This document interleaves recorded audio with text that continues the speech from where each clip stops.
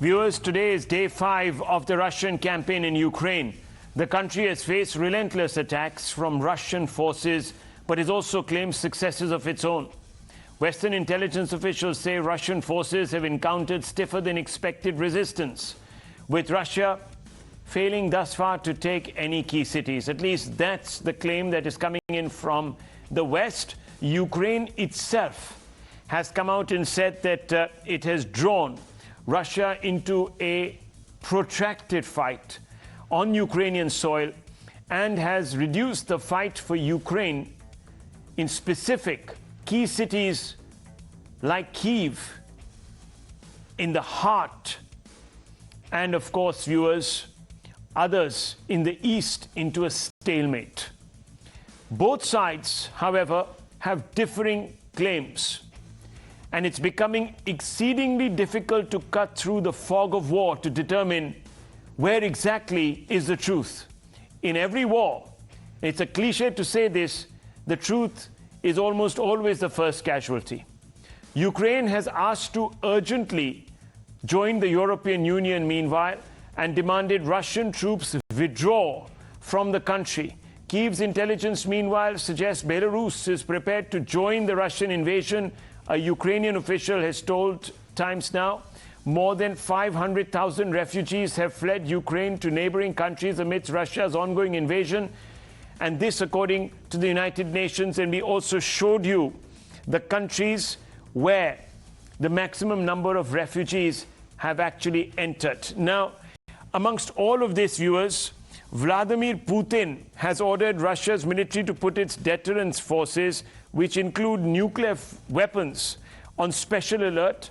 He told defense chiefs it was because of aggressive, quote, aggressive statements, unquote, by the West amid widespread condemnation of his invasion of Ukraine. Russia has been saying that the West cannot jump atop its soapbox and preach because it certainly has questionable morals of its own.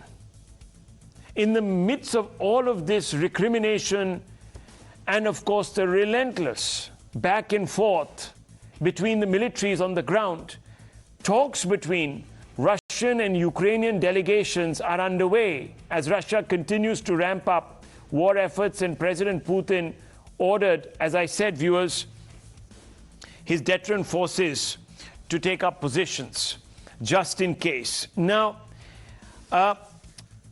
during these talks, viewers, the Ukrainians have begun from a maximalist position, coming out very clearly and saying that their only demand is that Russia cease hostilities and vacate its aggression, i.e. leave the country, pull out all your troops.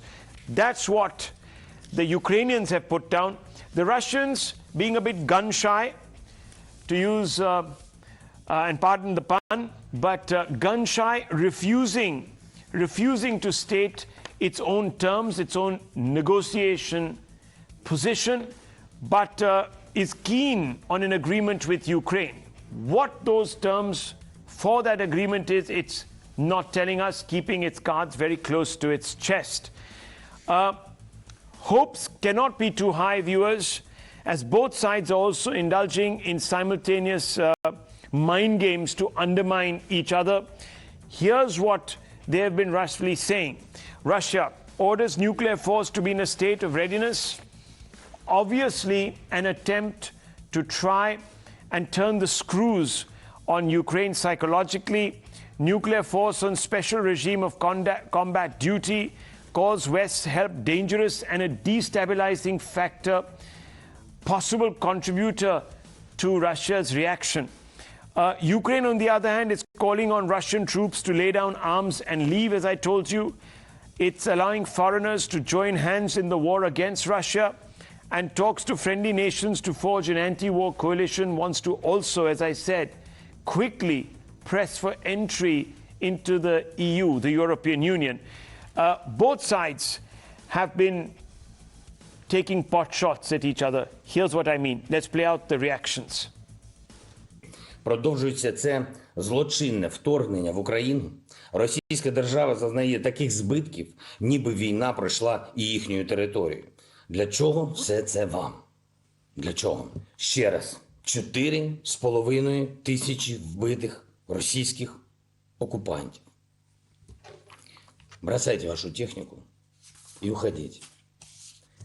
Не верьте вашим командирам.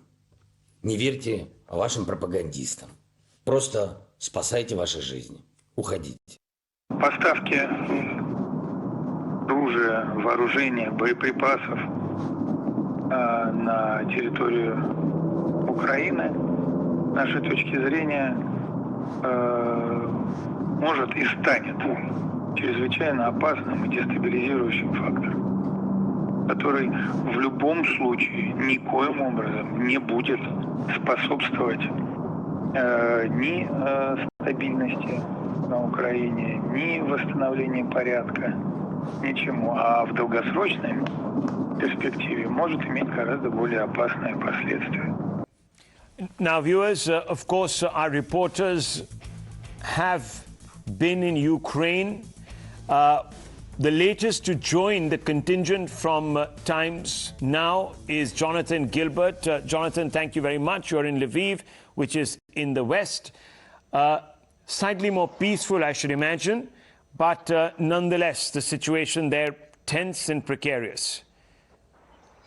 Yes, absolutely. I arrived in Lviv this morning after an arduous journey from the Polish border. I guess the big takeout from that is that no one's leaving Lviv anytime soon, including myself, because the tailbacks were something like 15 or 20 kilometers, I would say, of just cars sitting there full of families, full of frightened families and women and children trying to flee this war-torn country. In terms of politics, I mean, for what it's worth, for my half penny's worth, I think the Russians are stalling for time. They've done this many, many times before. Vladimir Putin himself, obviously a former spy, well versed in the art of deception. All those rather embarrassing table talks he held in the weeks leading up to this invasion, now, of course, exposed as just sheer lies, just sheer stalling tactics. So I'm not tremendously hopeful about these diplomatic talks myself. I hope to be proved wrong. What's happening in Kyiv? Now, all sorts of different reports have been coming through that the Russians have sort of encircled and choked all entry and exit points into the city. We are being told that it's under siege. As you've said yourself, there's a waiting game. But more than that, the Ukrainians seem to suggest that they've been able to stall the Russian advance. Can you confirm this? Yeah, it's really hard to say. Look, we have this phrase in journalism, you're surely familiar with it, the fog of war. Essentially, all bets are off the table when war is involved. Everybody is lying. Everybody is trying to spin the situation to their own greatest advantage. War is hell, and war is also very long. You know, the days of blitzkrieg are over. If you want to take over a country the size of France, which this is, then it's going to cost you billions of dollars and many, many weeks, days, and months, I would suspect. And the question, I think the overriding question now is, does Russia have the stomach for this in the face of universal international condemnation, the destruction of their economy, the withdrawal of their banking rights? Do they have the stomach for what I suspect is going to be a very long, painful and bloody fight? Well, obviously, Putin, who's a clever strategist, would be looking back at Crimea, where, of course, the country was once again condemned and there were sanctions. So perhaps he feels emboldened by the relative inaction there and the fact that he got his way. Now, we'll, of course, ask those questions of our guests in a short while. But, Jonathan, circling back to you, and I want to understand this. The Russians perhaps would be uncomfortable in stopping short a regime change, because if they don't manage that, then this particular campaign would not have been worth the opprobrium. Yeah, absolutely. I think Putin's really got himself into a bind here. I mean, he is a cold warrior. And I think the thing with Putin is that he's operating by 20th century rules when countries invaded each other and stuck to it. We live in a world now of international banking, international economies. Social media didn't exist when Vladimir Putin was learning the ropes. Think about the huge, giant international reaction against this now. I don't think this is a man who very, very famously doesn't even have a phone. He doesn't use the internet. You know, he probably isn't even aware of the sheer international backlash against this. So there are two stories playing out here. The one is the military story, you know, military strategy, tanks, planes, bombs, missiles, casualties. Well, that's okay. We know how that works. But in terms of the way Russia is now becoming an international pariah, literally every minute of the day is something that I think he may not have factored in my personal opinion. Jonathan, interesting point. Are we perhaps underestimating or perhaps becoming a little more, I suppose, and I don't know what the situation there is, but taken in really by the Ukrainian propaganda machine or the propaganda that is being put out by European powers when it comes to how deeply embedded Russian forces now are in Ukraine. After all, this war is not being fought at the borders, it's being fought in Kyiv, in the streets of Kyiv. Yeah, absolutely. And also the streets of Kharkiv, which is the massive population center out east, which is, we're told, has been experiencing extraordinarily heavy fighting. But look, think about it like this. Okay, if you want to take over a city, it's not just a question of pressing a button.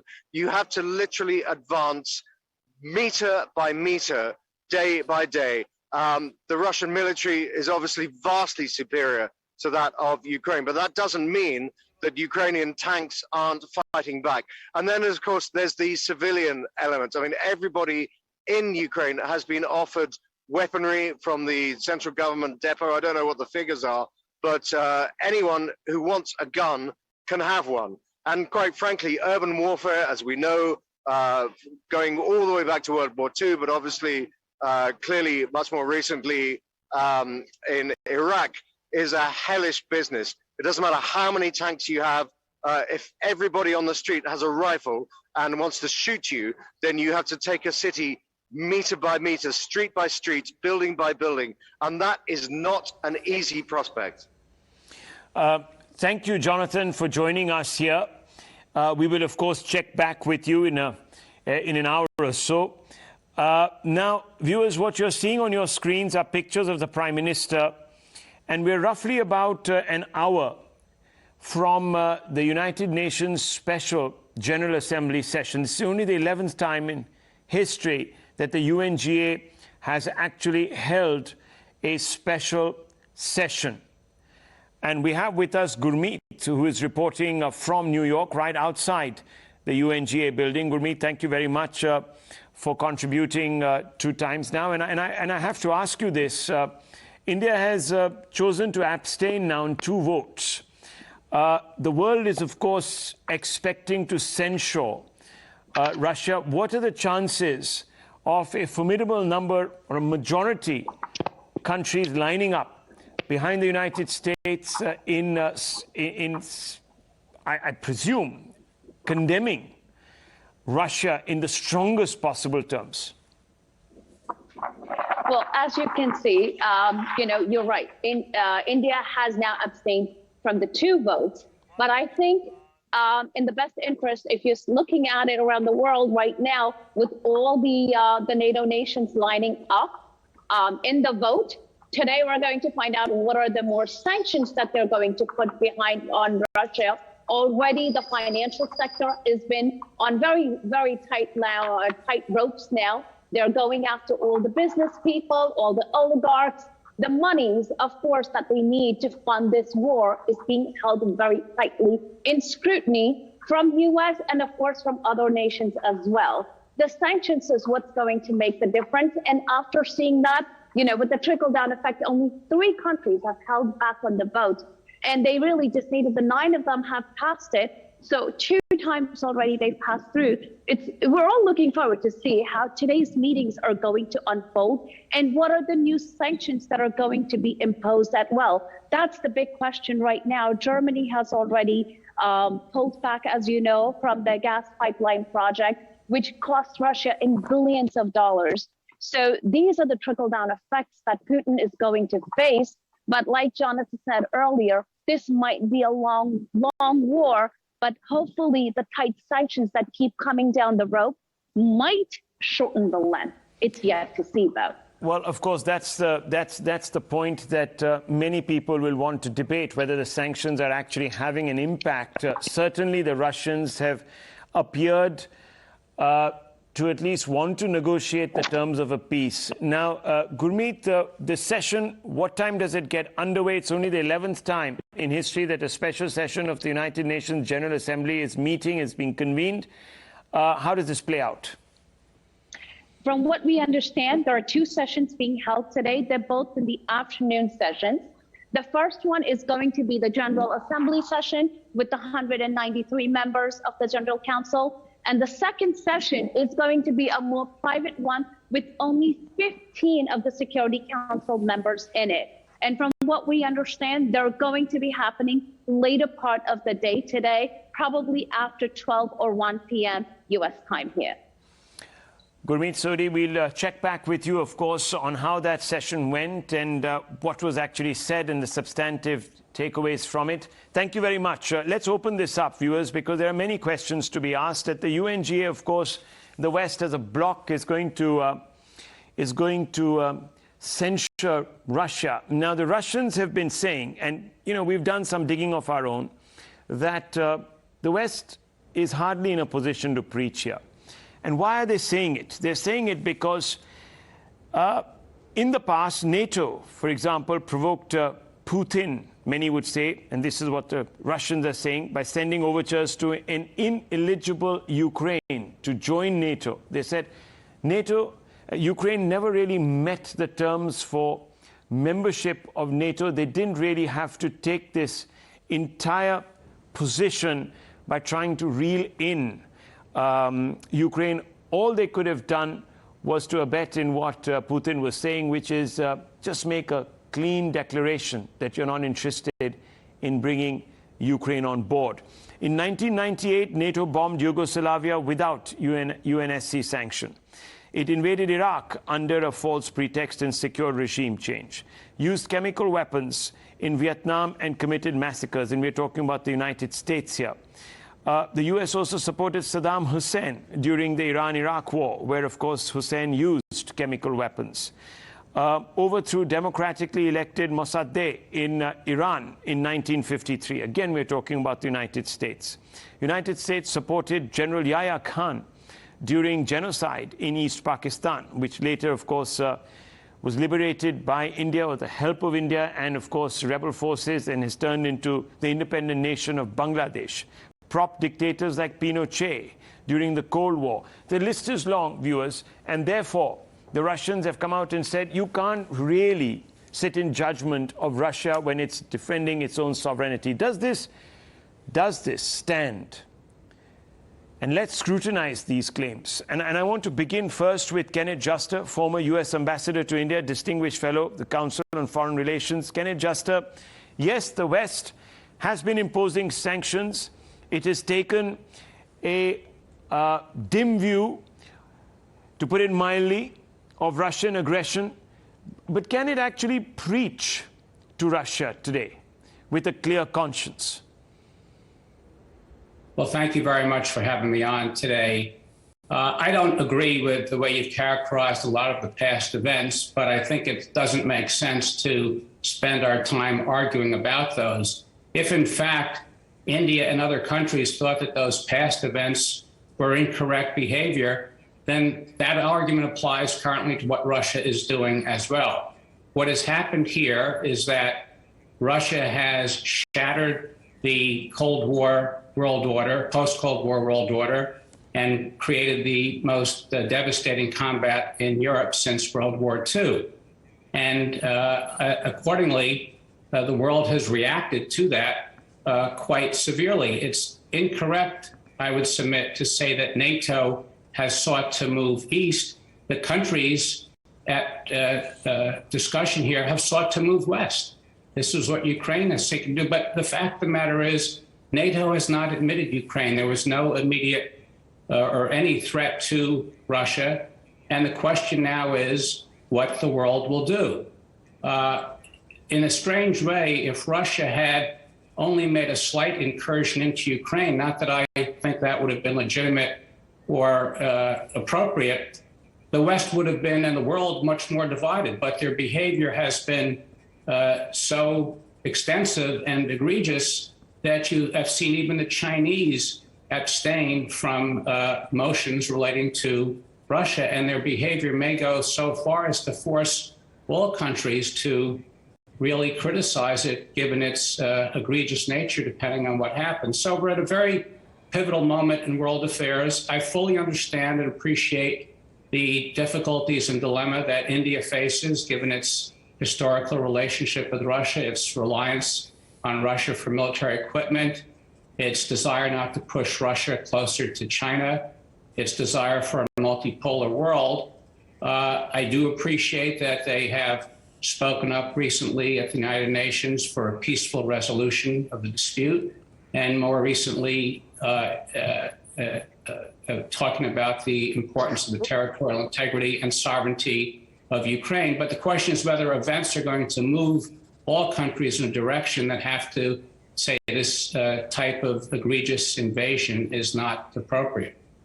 Let me bring in Derek Grossman and Brahma Cheleni and Major General G.D. Bakshi, as well as Gleb Makarevich, research fellow at the IMEMO-RAS.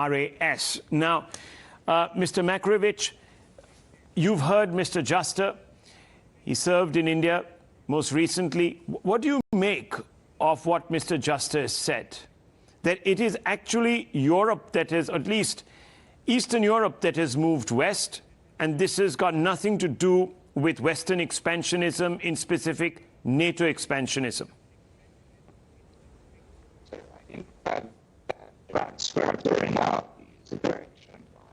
Well, we're having a few issues with your line. I think we can't hear you. If you could just speak up. Yes. Can you hear us? Okay. No, we've got a problem with that. We've got a problem. Now better? Yes, you're much better now. Go ahead. Go ahead. Yes. Yes. Do you hear me now? Yes, we can hear you now. Go ahead. So I think that the events we're observing now is the predictable reaction, though unfortunate, I should say, and it's a pity that the events turned this way. But that is a reaction to NATO expansionism, to Western promises given 30 years ago, and I hope that eventually Russia and the West in general, and our Ukrainian neighbors will be able to come to an agreement. And I think that it's good news that the negotiations are going on now, and hopefully we will be ready. We'll be ready, and we'll manage to reach peace. Okay, so you're sort of still putting a lot of faith in the dialogue that is taking place. Okay, Brahmachelani, how do you view the proposition that we introduced, that can the West really sit in judgment today of Russia in the manner in which it is? Obviously it can, but does it have the moral authority to do so? Well, let's be clear on one thing. International law is powerful against the powerless, but powerless against the powerful. Might makes right. The world never had a rules-based order. Just look at the history of the 21st century alone, and the number of military invasions of sovereign states that have occurred since the year 2000. That tells you a lot about both international law, the respect for international law, as well as how helpless weaker states are, even in the 21st century. And as far as a rules-based order is concerned, I'm concerned about some of the latest actions. First, Russia's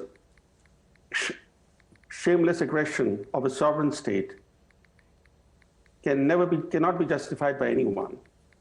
But I think the Western bloc's weaponization of energy, including imposing sanctions on an energy pipeline, or weaponizing the international SWIFT banking transaction system, undercuts the argument that we are trying to uphold a rules-based order.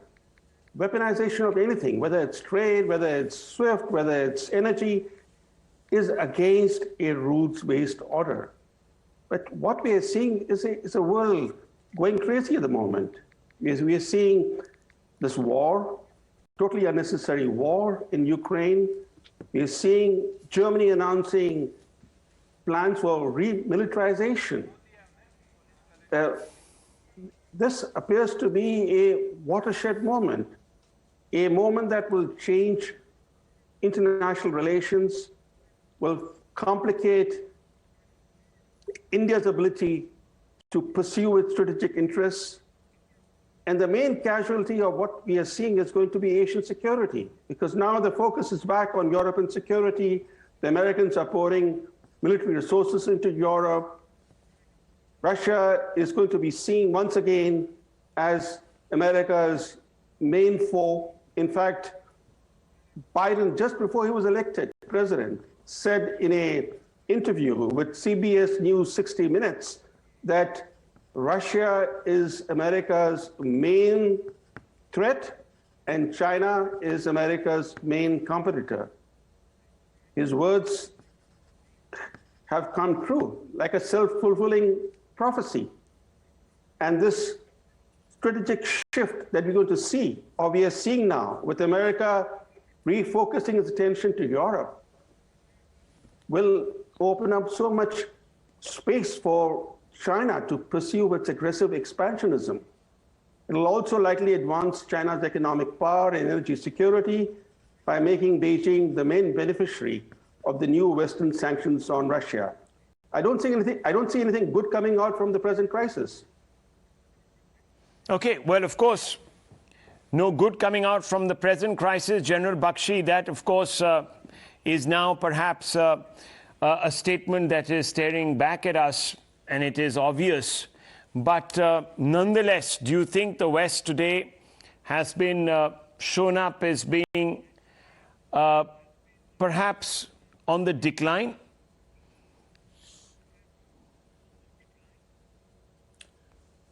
Look, there is a view that this is the multipolar power movement of the world. And America's disastrous performance in Afghanistan, its inability to decide who its main long-term threat is now creating a quandary. You know, this yo-yo back from Asia to Europe, I think if you go by the writings of Professor Mearsheimer, if you go by the writings of Henry Kissinger, Stephen P. Cohen, these are very credible American strategists and intellectuals the world has come to respect. Henry Kissinger's, clear enunciation was, it should be settled maxim of American foreign policy never to take on more than one Asian power at a time.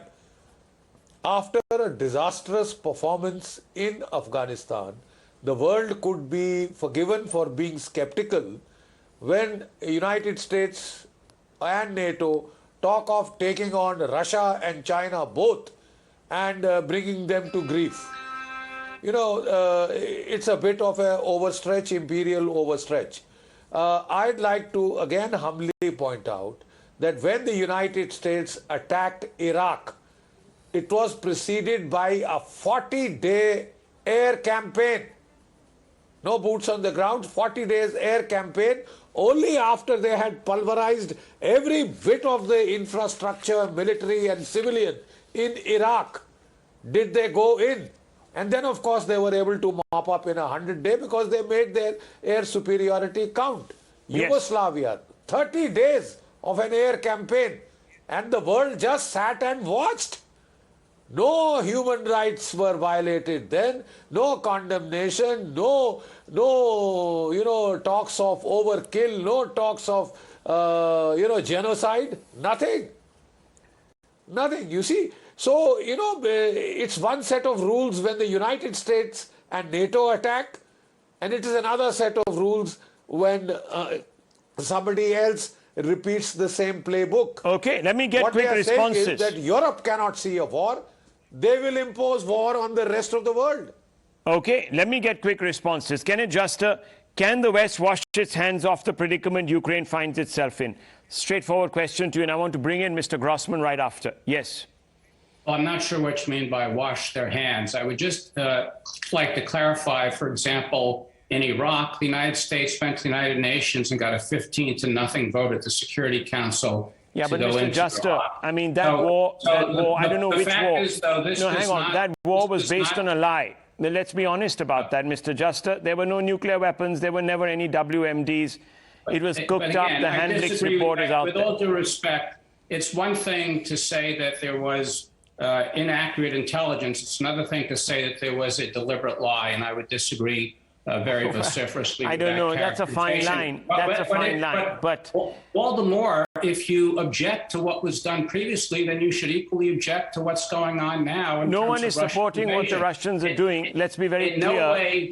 In no way was Ukraine threatening Russia, and the importance now is to bring a halt to this operation. No, but that's your point of view, Mr. Juster. I mean, many people would say that you led Ukraine up the garden path. And that's why today Ukraine has become the whipping boy of Russia. Now, there is a view, so let's not pretend it doesn't exist. Now, we can address the question. There is a view, but it was also clear that there was no time in the near future or even the midterm future that Ukraine was going to become a member of NATO. And the United States has been fully open, as has NATO, to trying to sit down with Russia and discuss its security concerns in Europe and resolve them peacefully. A written guarantee. Yeah, that's all. Exactly. That's the question, Mr. Juster. Why not give the Russians a written guarantee that we're not interested in roping in Ukraine into the NATO? And that would have been the end of it. That was their principal demand. All parties in 1994 signed the Budapest Memorandum in which Ukraine gave up its nuclear weapons in exchange for the agreement that there would be respect for its territorial integrity and sovereignty, and that they can make their free choices as an independent country. Again, no one has said that they're coming into NATO, but it is not going to be under the pressure of this type of situation that someone's going to say they absolutely cannot come into NATO. Issues were open for discussion. This war could have been averted, and it is now a tragedy what's going on. And the behavior is becoming so egregious that all countries eventually are going to have to condemn what Russia is doing. It's what in 2014, many people said weapons. It's killing innocent civilians. It's threatening to decapitate the leadership of the country. And this is not the world order that anyone should want, in my opinion. Well, again, I understand the different. Again, as I said, there are two sides to this, and we can go back and forth on this. I understand it. And all that was needed, instead of this brinkmanship, was perhaps a clear enunciation of a position that the Russians sought. Now, I'm not defending the Russians here. I'm only trying to play the devil's advocate. So understood. And I respect that position, but I don't think you would say in the absence of such a clear guarantee, it is justified to have a full-scale invasion. Rahul, can I please? Yes, okay. General Bakshi, and since you've been raising your hand, and then I want to bring in Derek Grossman here. Okay, General Bakshi, yes. I'd request the ambassador to kindly go through the writings of Professor Mearsheimer of the Chicago University of Chicago. He has said that Russia has vital security stakes in Ukraine and Georgia. The United States has none. And he has said that we should focus on China rather than, try and divert our attention back to Europe. You know, there was an article in this month's Foreign Affairs magazine where Michael McFaul has again argued that we do not have vital security stakes in Ukraine. Russia has. And if we don't recognize those stakes, you know, countries are prepared to suffer enormous economic pain and hardship when they feel their vital interests are threatened. Therefore, your sanctions did not stop them. If you could mount a 40-day air campaign, the Russians have just done one day. Only the first day was suppression of enemy air defenses. They have so far struck only military targets, right? In your case, it was 40 days of air bombing. And with only 15% of the bombs were precision-guided munitions. It was carpet bombing more or less thereafter. The same thing you did was done in Yugoslavia. So, you know, the world also would now like to see a world order in which there is not one rule for Europe and another for the rest of the world. Okay, that's a fair point. That's a fair point. Let me bring in Derek Grossman. Let me bring in Derek Grossman. Derek Grossman, where do you enter this debate? Yeah, thanks for having me. So I think a lot of what we've been talking about today is the historical context, and that's important. However, I think it's far more important to look at the future. And I think, you know, look, India and the U.S. are fellow democracies. I think we have a stake in upholding the rules-based international order, and what we've seen over the last few days with Russia invading Ukraine is completely contrary to the rules-based order. And what I want to see is the U.S.-India partnership flourish. And that's both bilaterally and multilaterally, such as in the context of the Quad with Australia and Japan. And, you know, one thing that I did want to bring up here that I don't think has been talked about yet is the fact that Russia really increasingly is not India's friend. And I can point to a lot of examples as to why. I'll give one. We saw earlier this month Russian President Vladimir Putin visit Xi Jinping, Chinese President Xi Jinping, for the opening ceremony of the Beijing Winter Olympics. And they talked about how their friendship has no limits, quote unquote. And yet, India continues to face off against China along their disputed border in the Himalayas. And it doesn't seem like India's strategy of leveraging Russia against China has had any real effect. In fact, Russia-China relations have only gotten stronger. We got to also worry about... well, they've got stronger, Mr. Grossman. I don't mean to cut you off. They've got stronger now with Mr. Biden and the West presenting this entire misadventure in Europe in stark binaries. You've driven Russia very close. And secondly, Mr. Grossman, before we pass judgment on the India-Russia and the India-US relationship, I just want to ask you this. Was China mentioned in the joint statement between Biden and Modi just about 8 months ago? It wasn't. Has Biden come out and asked China in express terms to vacate its many transgressions across the LAC in some of the more sensitive border areas of our country? No. No. That what you just said. What you just said is not accurate, because my understanding is the U.S. has asked India if it wanted us to do something on the LAC, and India said no, that it was something that India could handle on its own. So I reject that. There's a false premise there.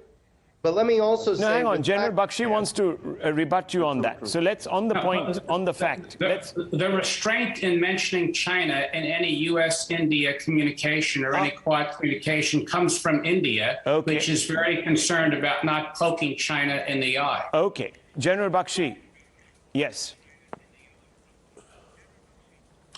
Excuse me, the entire Indian concern, the entire Indian reservation and hesitations in the current scenario stem from the fact that we see the entire Quad project against China now getting derailed. There is a fear here that Russia has been pushed into the Chinese arms, that Russia has been driven towards that, where I thought it would make a lot more strategic sense, as Donald Trump was saying, to have a détente with Russia and go in for the primary main threat now. The only peer group competitor in the economic terms, and very soon it will be in military terms, is China. We see the entire raison d'etre of the pivot to the east, pivot to Asia, being derailed completely by this knee-jerk tactical response towards the Russian demand, which was, I thought, very, very reasonable. You yourself are saying you didn't want it in NATO.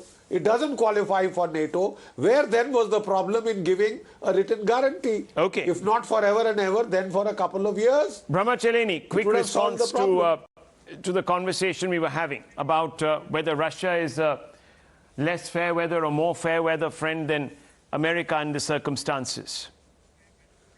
Well, both Russia and America have been friends of India. But let me ask a question. Which head of a Western government has condemned China's aggression against India or even urged Beijing to pull back its forces from the Himalayan frontier? Joe Biden has not uttered a word on the subject. And if you look at his State Department on February 3rd, it urged India and China to find a peaceful resolution of the border disputes.